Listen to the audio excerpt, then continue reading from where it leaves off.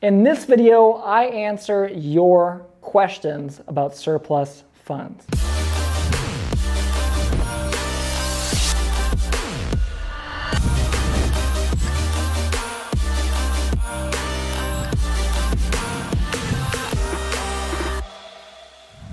Hi guys, welcome back to the channel, and as the intro suggested, I am actually going to go through my phone here live. These questions are not prepared ahead of time. These are actually your guys' questions in the comment sections of my videos. I'm going to be answering them in this video. So if you guys have a question and you want them answered in a future video, make sure you drop a comment down below with what your surplus fund or life or business question is. Of course, hit that like button, hit the subscribe button and the notification bell, because as I always say, once per month, we do those live streams where we give away some free mini courses. With that being said, let's just jump into it. All right, so our first question is from LB Nick. Shout out to you, LB Nick. He says, hey, so I actually just got to learning surplus funds, and I've seen a lot of funds for like 1,000 to 5 million. So how do people get the big leads like that? Now, that's a great question, Nick, and it really depends on your niche. So if you're doing state funds, you can usually just download a list on the state website. You may have to call the actual state, depending on what state you're in, and have them mail you a list, or they may not do a list at all, but you have to research your own state. You know, if you're doing mortgage overages or tax overages, there's private websites in some areas that will sell you the actual leads, and there you can filter based on how much you want to recover. So it's pretty straightforward on how you actually get the leads there. But hopefully that makes sense. All right, our next comment is from TL Sports for Life. Shout out to you, my friend. And they say, hey, Spencer, I was wondering if you need to have an LLC to do unclaimed property in California. The answer to that question is no. You do not have to have an LLC or a corporation or anything.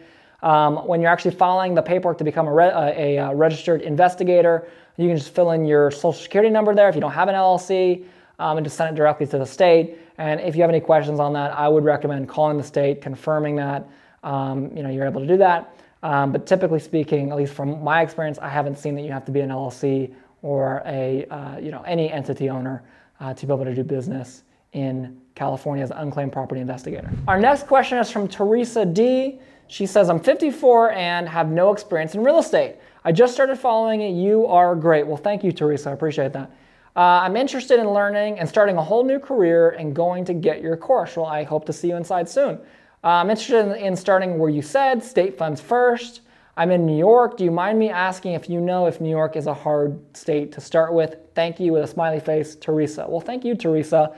Appreciate your positivity. New York is for state funds, not the best state to start.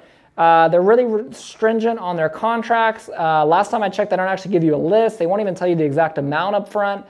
It's just a pain in the neck. Now, granted, you can charge, I think, 15% in New York last time I checked, but I would recommend steering clear of New York, steering clear of New Jersey, and finding a better state to go to, as far as actually closing deals with state funds. It's not that you can't do it there, but it's just definitely not the easiest place to start, especially for a beginner. So hopefully that helps you, Teresa. All right, Alexi Romero says, where should I go when I enter to join the program? Well, that's a great question. Guys, listen, if you are ever interested in joining the course, I know I never do a hard pitch on these videos, and I'm not doing a hard pitch here, but if you are interested, there's a link down below in the description of all these videos that take you to a free training. Watch the free training. If it's a good fit for you, join from there. If not, hey, no worries. I know I can get you results in there, but it's whether or not you're super committed and really want to do this and take it to that level. If not, just stick around on YouTube and maybe eventually you'll want to join or whatever it is. But if you are interested, click that link in the description and you can watch that free training from there and then join the program from there if you're interested. All right, Divine Emerson says, hey Spence, I was wondering what are all the paperwork that the claimant needs to give me? I read the Investigator handbook, but I didn't quite get it. So this is I'm assuming you're talking about California, you're talking about the Investigator handbook. This is kind of a more advanced question. First of all, the claimant's not giving you any paperwork. You're giving the claimant paperwork. You're having them fill it out and then you're sending it in, okay? In that handbook and in the, on their website, they have an agreement, a contract right on the California state website if you're doing California, that you can literally download and just send to them if you are working as a private investigator on behalf of someone to recover their unclaimed property. So just go online, look in the handbook. I know you said you read through it, but it's a long handbook, so I kind of doubt that you read the whole 150 pages because I don't think you actually did. But You know, you don't need to read the whole thing. Just look for the areas that are talking about the contract, because that's what you need help with right now, and then read through the whole thing later. Legal disclaimer, read through the whole thing. But look for the contract portion of it, and there should be links right there as far as investigator agreements that you can actually use for your business. Elijah Mahan says, are there any books about state funds? That's a great question, Elijah. The answer to that question is, from what I've seen, no, there's not. You know, the thing about state funds and unclaimed property and surplus funds in general is it's kind of this hidden thing right now. And so maybe one day there'll be a book about it. But as of right now, it's just such a new thing that's kind of hitting the internet. Obviously, it's been around for a while, but it's such a new thing that's really hitting the internet. And so there's just not a lot of written material on it at this point. But hopefully that makes sense, Elijah, and I appreciate your question. Boston Dance Hall Dancing. They really like dancing. Good for them. Can you only make 10% off of a finder's fee, or does that vary from different states or even counties? So the answer to the question is you can make however much the state or county allows you to make. So you're exactly right. It differs based on the state. It differs based on the county, and even based on the niche. You know, if you're working mortgage overages, many places there's no cap at all, right? So, you know, just learn your niche, learn your states. So I always say start and focus with one, and then go from there. And state funds is typically the easiest because there's a lot of things laid out for you, but you know, as this business has been more and more developed, there's a lot of systems to plug into as far as tax overages and even mortgage overages you can just jump into as well. So don't feel like you're locked into state funds if you're new. But to answer your question directly, Boston Dance Hall Dancing, I like that name. Yeah, you can charge whatever they will allow, and it depends state by state or county by county. All right, our next question is from Carlos M. Shout out to you, Carlos M. He says, awesome info, Spencer. My only question is, can I personally take the documents to a notary and get them notarized myself? Or does the notary have to go and get them notarized with the client? Well, this is a misunderstanding of what a notary actually is. So a notary is a third party that observes the signatures of a document and makes sure everyone's actually agreeing to the right things, and then stamps it saying that they were there, that everything was up, you know, up and up, and everything was good and done correctly, okay? So you need the notary to be there when the client is signing the documents, okay? You can't do a virtual notary in California. They don't allow that. And the contract itself has to be on yellow paper, okay? So you absolutely need a notary to be there when they're signing it. And the best way to do that typically, especially nowadays with the pandemic and all this, is a mobile notary, but you can also have them go to a specific location, you know, a UPS store or a bank or something like that if they offer notary services there, and you know, work directly with them. So, but to answer your question, Carlos, yeah, you absolutely do need a notary at the time the client is signing. They need to be present and willing to write off on it. Our next question, and I might butcher this one, is from Hebraic Hoodies. So shout out to you. Sorry if I mispronounced your name there. They say, what is the realistic number of deals per week for a very motivated individual? Well, this is a really tough question to answer, because, you know, just because you're motivated doesn't mean that you're going to be good, right? Like, I was really motivated to go to the NBA, but I'm not in the NBA because I wasn't that good, okay? Or at least not good enough to go to the NBA, okay? So my point is you can have all the motivation in the world, but you really need to focus on getting your skill set up.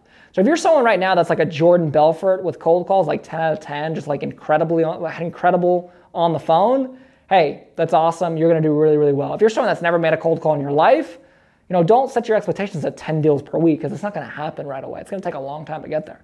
But I think everybody should be, instead of shooting for output goals, meaning like, oh, I want to have 10 deals per week, be shooting for input goals, which is like, I'm going to make 100 contacts this week. And then that'll turn into 2, 3, 4, 5, 10 deals a week, depending on how good you are on the phone, okay?